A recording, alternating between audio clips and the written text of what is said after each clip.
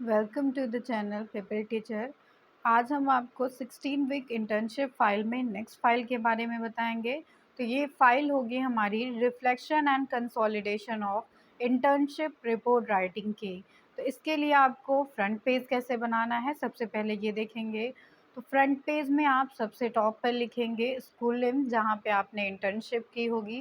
उसके बाद आप नेक्स्ट में लिखेंगे यहाँ पे सेशन, जो आपका सेशन होगा उसको मेंशन करेंगे। उसके बाद मिड में आप लिखेंगे सबसे कि ये आप किस चीज़ की फ़ाइल बना रहे हैं अंडर 16 वीक्स इंटर्नशिप फ़ाइल में। तो इसमें आप बनाने जा रहे हैं reflection and consolidation of internship report writing की ये फ़ाइल है हमारी।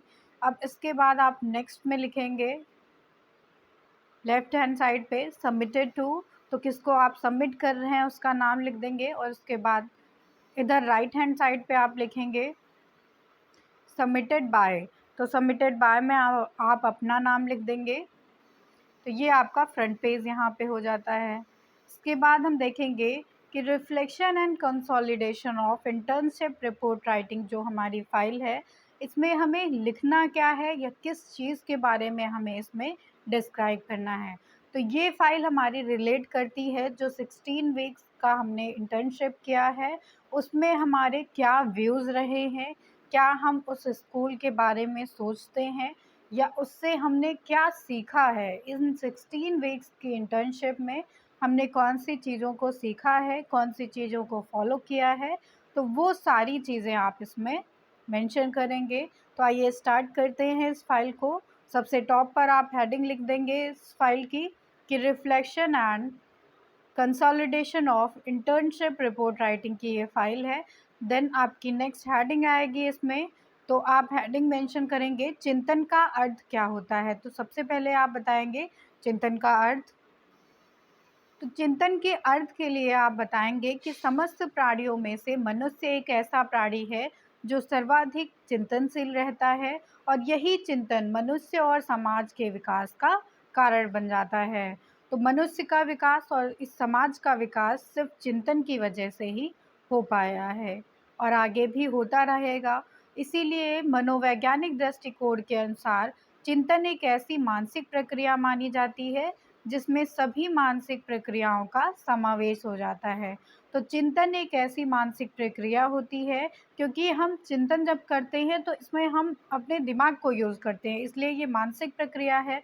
और इसमें हम मानसिक प्रक्रियाओं का समावेश करते हैं, क्योंकि हम एक टॉपिक पर अलग-अलग तरीके से सोचते हैं, तो वहाँ पे समावेशन हो जाता है।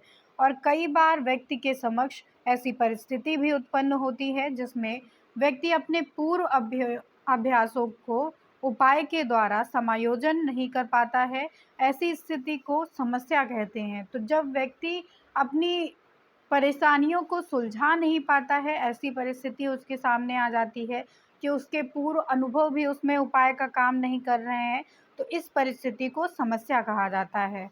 और समस्या के समाधान के लिए व्यक्ति प्रयत्न और भूल के द्वारा उसका प्रयास करता रहता है और प्रयत्न तथा के भूल के स्तर से आगे बढ़कर प्रयत्न और प्रतीकों की सहायता से समस्या का समाधान हो पाता है और मन ही मन इसके आंतरिक रूप को खोजा जाता है, खोजने का इसके प्रयास किया जाता है।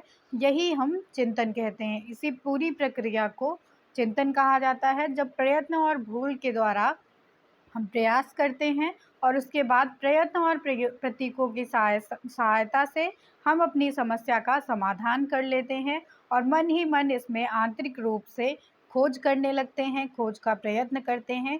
तो ये पूरी प्रक्रिया जो है चिंतन कहलाती है। किसी समस्या के उदय होने पर उसके समाधान के लिए चिंतन का भी उदय होता है।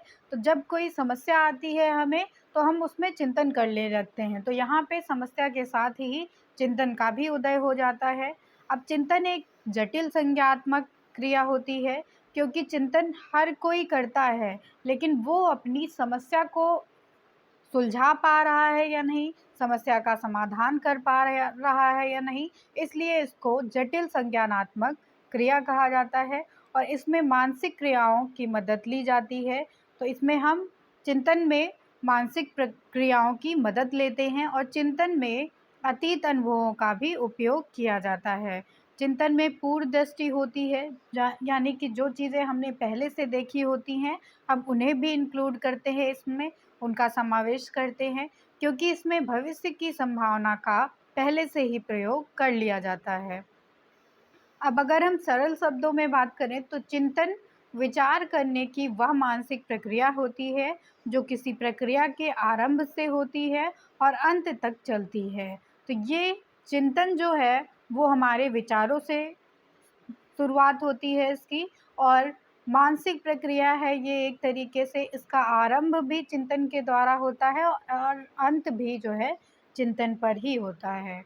अब इसकी परिभाषा देखेंगे चिंतन की, तो गैरेट के अनुसार परिभाषा बताई गई है। इन्होंने बताया है कि चिंतन एक ऐसा व्यवहार है जो प्रायः उपलब्ध तथा विलुप्त होता है।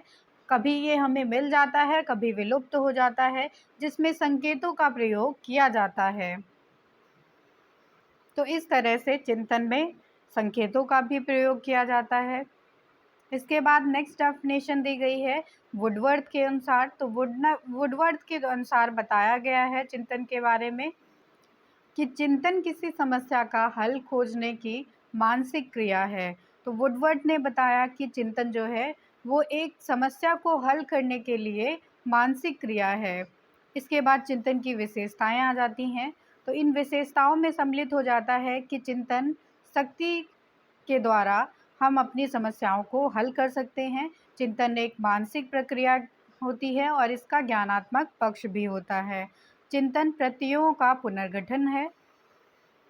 इसी तरह से कुछ और भी विशेषताएं दी गई हैं चिंतन के बारे में कि ये प्रतीकात्मक व्यवहार है और समस्या का इसमें ज्ञान होता है, समस्या को हल किया जाता है। विचार चिंतन का आधार होते हैं तथा चिंतन समस्या का मानसिक समाधान है। और लास्ट आ जाता है इसमें विशेषता में कि चिंतन में प्रत्यक्ष प्रतिमाओं और प्रतीकों का भी प्रयोग किया जाता है। अब हम नेक्स्ट टॉपिक पे आएंगे। तो नेक्स्ट टॉपिक हमारा है इसमें चिंतन के सोपान लिखेंगे यहाँ पे कि कौन कौन से स्टेप्स होते हैं किसी चीज़ को सोचने के लिए, उसका चिंतन करने के लिए। तो इसमें वुडवर्थ के द्वारा बताया गया है। तो वुडवर्थ ने यहाँ पे चिंतन की प्रक्रिया के सोपान बताए हैं और इन्होंने 5 सोपानों में इसको विभाजित किया है। तो आइए देखते हैं कि कौन से सोपान हैं।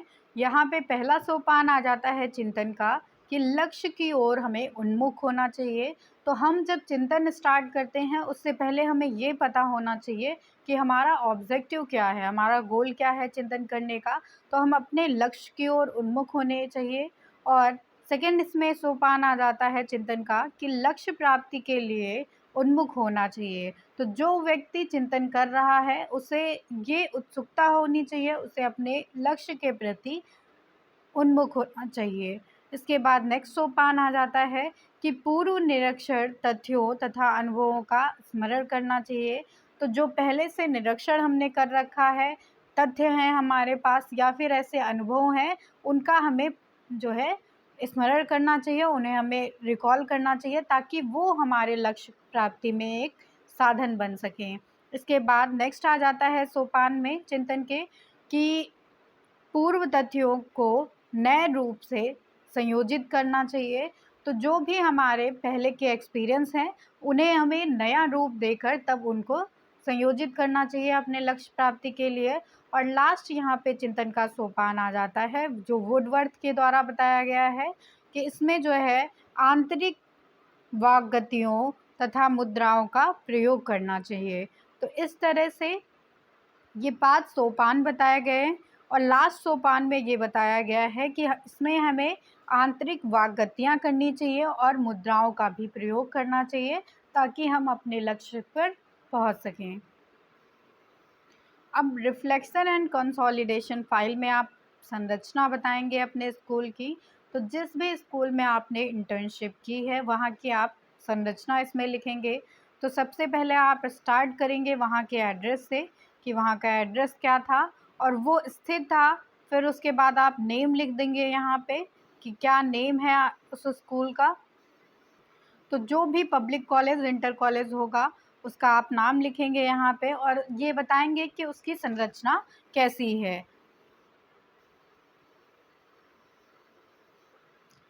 तो यहाँ पे आप लिखेंगे कि उसकी इमारत कैसी बनी हुई थी।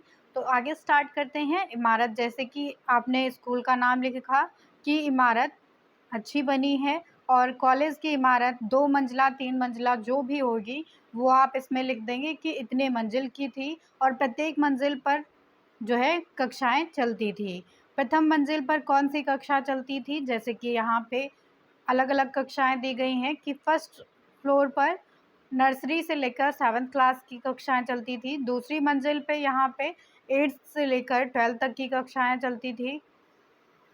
फिर बताया गया है कि विद्यालय परिसर के अंदर ही एक खेल का मैदान भी था और विद्यालय में प्रधानाचार्य तथा टीचिंग स्टाफ के लिए अलग अलग कमरे थे और हर एक कमरे में खिड़कियां थी, दरवाजे थे पर्याप्त मात्रा में। और इसके बाद आप बताएंगे कि विद्यालय में बिजली तथा पानी की कैसी व्यवस्था थी और जगह जगह पे सुविचार लिखे थे। तो जैसा भी संरचना होगी, जैसी भी वहाँ की संरचना होगी उस स्कूल की, वो आप यहाँ पे मेंशन करेंगे। और वहाँ पे नोटिस बोर्ड था या नहीं बच्चों के लिए, वो आप लिखेंगे। कैसे सूचना वहाँ पे विद्यार्थी प्राप्त करते थे उसके बारे में बताएंगे। विद्यालय की साफ सफाई की व्यवस्था बताएंगे, वहाँ के सफाई कर्मचारी कैसे थे ये आप लिखेंगे। और सफाई कैसी रहती थी वहाँ पे ये आप लिखेंगे यहाँ पे। देन आप पैरा चेंज करेंगे इसमें, फिर बताएंगे कि विद्यालय के प्रत्येक कक्षा कक्ष में छात्र छात्राओं के बैठने के लिए किस तरह की व्यवस्था थी। तो इसमें उचित व्यवस्था है और कक्षा कक्ष में अध्यापकों के लिए भी मेज तथा कुर्सी की व्यवस्था थी। कक्षा कक्ष में श्यामपट्ट की भी उचित व्यवस्था थी, उसकी ऊंचाई सही थी और श्यामपट्ट भी बहुत सही अच्छा था वहाँ का। फिर उसके बाद आप लिखेंगे कि कक्षा की बनावट और उसकी व्यवस्था कैसी थी, वहाँ पे डस्टबिन था या नहीं और बच्चों के बैठने के लिए प्रॉपर सीटिंग अरेंजमेंट था या नहीं। तो ये सारी चीज़ें आप लिखेंगे और शिक्षक की आवाज़ हर एक बच्चे तक पहुंच सके, ये सारी व्यवस्था यहाँ पे आप देखेंगे वहाँ अपने इंटर्नशिप स्कूल में और उसके बाद अपनी फाइल में ऐसे लिखेंगे। तो इस प्रकार आप लास्ट पैरा चेंज करके लिख देंगे कि इस प्रकार मैंने विद्यालय में छात्र छात्राओं के सुख सुविधाओं का ध्यान रखने और विद्यालय संरचना के विषय में जाना और सीखा। इसके बाद नेक्स्ट हेडिंग में आप बताएंगे कि विद्यालय का प्रशासन कैसा था। तो यहाँ पे भी आप स्कूल का नेम लिखेंगे और फिर इसमें जो है ईयर बताएंगे कि कब इसकी स्थापना हुई थी। अब यहाँ पे आपने ईयर बता दिया, उसके आगे आप लिखेंगे कि जिसका एकमात्र लक्ष्य विद्यालय जाने वाले प्रत्येक विद्यार्थी को आसानी से विद्यालय पहुंचाना तथा उन्हें शिक्षा प्रदान करना था। तो विद्यालय प्रशासन का लक्ष्य आप बता देंगे यहाँ पे। फिर आप बताएंगे कि वहाँ पे जो है विद्यार्थियों के व्यक्तित्व का विकास किया जा रहा था। देन आप फिर लिखेंगे कि विद्यालय के प्रधानाचार्य, तो उनका नाम लिख देंगे, जो भी वहाँ पे प्राचार्य रहेंगे उनका नाम लिख के जी एक व्यवहारिक, तो उनका जो है नेचर आप बताएंगे कि उनका नेचर क्या था, उनकी क्वालिफिकेशन क्या थी, उसके बारे में आप लिखेंगे। एक व्यवहारिक तथा परिश्रमी और ज्ञानी पुरुष हैं और वह बहुत ही उच्च शैक्षिक योग्यता के हैं। वे संपूर्ण शिक्षक स्टाफ कर्मचारियों का तथा विद्यार्थियों का संपूर्ण सहयोग करते हैं तथा उन्हें आगे बढ़ाने का प्रयास करते हैं। तो ये सारी चीज़ें आप प्रिंसिपल के बारे में वहाँ पे लिखेंगे कि उनका क्या बिहेवियर था, उनकी क्या रिस्पॉन्सिबिलिटी थी स्कूल के लिए, वो कैसे बिहेव करते थे हर एक स्टूडेंट से या फिर टीचिंग स्टाफ से या फिर वहाँ के सर्वेंट से। और इसके बाद आप बताएंगे कि शिक्षकों के लिए अलग अलग उद्देश्य थे और शिक्षक का प्रमुख उद्देश्य वहाँ पे होता था कि बच्चों को अच्छे संस्कार दिए जाएं, उन्हें जिम्मेदार बनाया जाए और संवेदनशील नागरिक बनाया जाए तथा उन्हें एक आत्मनिर्भर व्यक्ति बनाया जाए। फिर आप यहाँ पे बताएंगे कि जागरूक एवं विद्यालय में प्रत्येक विषय के विशेष अध्यापक हैं, तो हर एक विषय के लिए वहाँ पे विशेष विद्यापक होना चाहिए तथा सभी की शैक्षिक योग्यता उच्च स्तर की है। तो ऐसे आप बता देंगे कि कितने वहाँ पे टीचर्स हैं और उनकी क्वालिफ़िकेशन क्या है। और सभी शिक्षक परिश्रमी तथा मेहनती थे, तो वहाँ के टीचर्स कैसे थे ये आप लिख देंगे इसमें। और उनमें जो है एकता की भावना थी, तो कैसा कोऑर्डिनेशन था एक टीचर से दूसरे टीचर का, वो आप यहाँ पे बताएँगे। इसके बाद नेक्स्ट हेडिंग आपकी आ जाएगी इसमें प्रार्थना सभा की। तो कैसे मॉर्निंग असेंबली होती थी वहाँ पे, इसके बारे में लिखेंगे।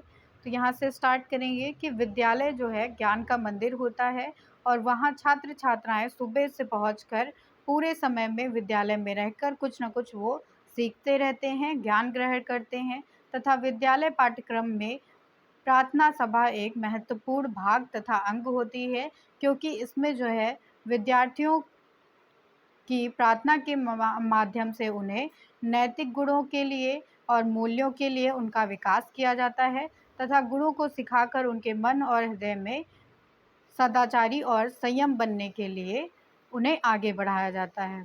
फिर आप नेक्स्ट पैरा चेंज करके इसमें लिखेंगे कि प्रार्थना सभा क्रियात्मकता का एक केंद्र मानी जाती है और वहाँ पे छात्र अपनी आंतरिक प्रतिमाओं को, गुणों को विद्यालय में मानते हैं तथा विद्यालय की दिनचर्या का प्रारंभ प्रार्थना सभा से ही होता है। और उसमें प्रार्थना सभा से विद्यालय में छात्र-छात्राओं में ईश्वर के प्रति आस्था जागृत होती है, उनमें निष्ठा की भावना पैदा होती है। इससे जो है छात्रों में ये भावना आती है कि वो राष्ट्र के लिए कुछ कर सकें।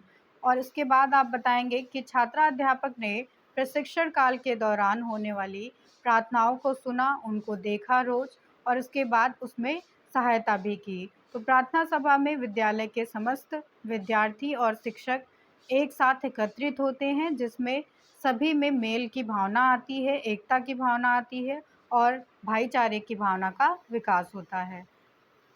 फिर आप लिखेंगे कि इसमें प्रार्थना सभा के दौरान ज़रूरी सूचना भी प्रधानाचार्य के द्वारा इसमें दी जाती थी, कि जो भी नोटिस होती थी वो मॉर्निंग असेंबली के टाइम पे ही प्रिंसिपल के द्वारा दे दी जाती थी छात्रों को और टीचर्स को भी। सभी छात्र बहुत शांति से लाइन में खड़े रहते थे और प्रार्थना करते थे। इससे पूरे विद्यालय में शांति का माहौल बना रहता था तथा प्रार्थना सभा के अंत में राष्ट्रगान गाया जाता था और उसके बाद फिर सभी विद्यार्थी लाइन बनाकर अपनी-अपनी कक्षाओं में चले जाते थे। तो इसके बाद आप लिखेंगे कि ये प्रार्थना सभा कैसे होती थी। तो इस प्रकार प्रार्थना सभा बहुत अच्छे ढंग से और अनुशासित रूप से होती है। फिर आपकी नेक्स्ट हेडिंग इसमें आ जाती है मूल्यांकन की। तो मूल्यांकन में आप बताएँगे कि स्कूल नेम क्या है, तो यहाँ पे इंटर्नशिप स्कूल नेम आप लिख देंगे। फिर उसके बाद आप लिखेंगे कि छात्र-अध्यापक ने 16 वीक्स 16 सप्ताह का प्रशिक्षण किया यहाँ पे और छात्र-अध्यापक या अध्यापिका ने विद्यालय में प्रधानाध्यापक से विद्यालय की परीक्षा प्रणाली के बारे में पता किया तथा प्रधानाध्यापक जी ने बताया वहाँ पर कि वहाँ कैसी परीक्षाएँ होती थी। तो या तो वहाँ पे परीक्षाएँ 3 महीने पे होंगी, 2 महीने पे होंगी या फिर 6 महीने पे होंगी। तो जैसे भी उस स्कूल में परीक्षा होगी, आप वही यहाँ पे मेंशन करेंगे कि किस तरह से परीक्षाएँ वहाँ पे संपन्न कराई जा रही थी। फिर आप बताएँगे कि एक सत्र में कितनी अर्धवार्षिक परीक्षाएँ होती थी और कितनी वार्षिक परीक्षाएँ होती थी। तो यहाँ पे 3 अर्धवार्षिक परीक्षा और 1 वार्षिक परीक्षा होती है तथा छात्र-अध्यापक ने प्रशिक्षण कार्य को प्रारंभ करने से पहले अर्धवार्षिक परीक्षा हो चुकी थी। तो जब पीपल टीचर ने जॉइन किया था इंटर्नशिप के लिए, तो ये वहाँ पे जो है अर्धवार्षिक परीक्षा हो चुकी थी। फिर आप लिखेंगे कि अतः मूल्यांकन की प्रक्रिया के माध्यम से छात्र-अध्यापक ने सतत एवं व्यापक मूल्यांकन के विषय में जाना। तो सीसीई के बारे में यहाँ पे पीपल टीचर जानेंगे कि कैसे जो है सतत एवं व्यापक मूल्यांकन किया जाता है और इसका पैटर्न क्या होता है उसको समझेंगे। छात्र-अध्यापक ने यह भी जाना कि प्रश्न किस प्रकार से बनाए जाते हैं। तो इसमें आप ये सीखेंगे कि क्वेश्चन पेपर कैसे बनाना है टेस्ट के लिए और उसके बाद आप मूल्यांकन किस तरह से करना है आंसर शीट का, ये देखेंगे यहाँ पे। फिर आप बताएँगे कि इस प्रक्रिया के माध्यम से छात्र-अध्यापक या अध्यापिका को यह जानकारी प्राप्त होती है कि छात्रों का मूल्यांकन किस तरह से किया जाना है निरंतर। फिर आप लास्ट पैरा में लिख देंगे यहाँ पे कि 16 वीक्स 16 सप्ताह के प्रशिक्षण कार्य के चिंतन का प्रभाव छात्राध्यापक या अध्यापिका के शिक्षण कार्य में सकारात्मक रूप से परिलक्षित होता है। तो यहाँ पे पॉजिटिव इफेक्ट दिखता है हमें छात्राध्यापक के शिक्षण कार्य में, तथा छात्राध्यापक का व्यक्तित्व जो है निखरता है, इससे उनके व्यक्तित्व का विकास होता है और ये विकास जो है सकारात्मक रहता है, जो किसी व्यावसायिक क्षेत्र में विशेष करके जैसे कि शिक्षण के कार्यों में हेल्प करता है तथा शिक्षा के क्षेत्र में ये अत्यंत महत्वपूर्ण रहता है।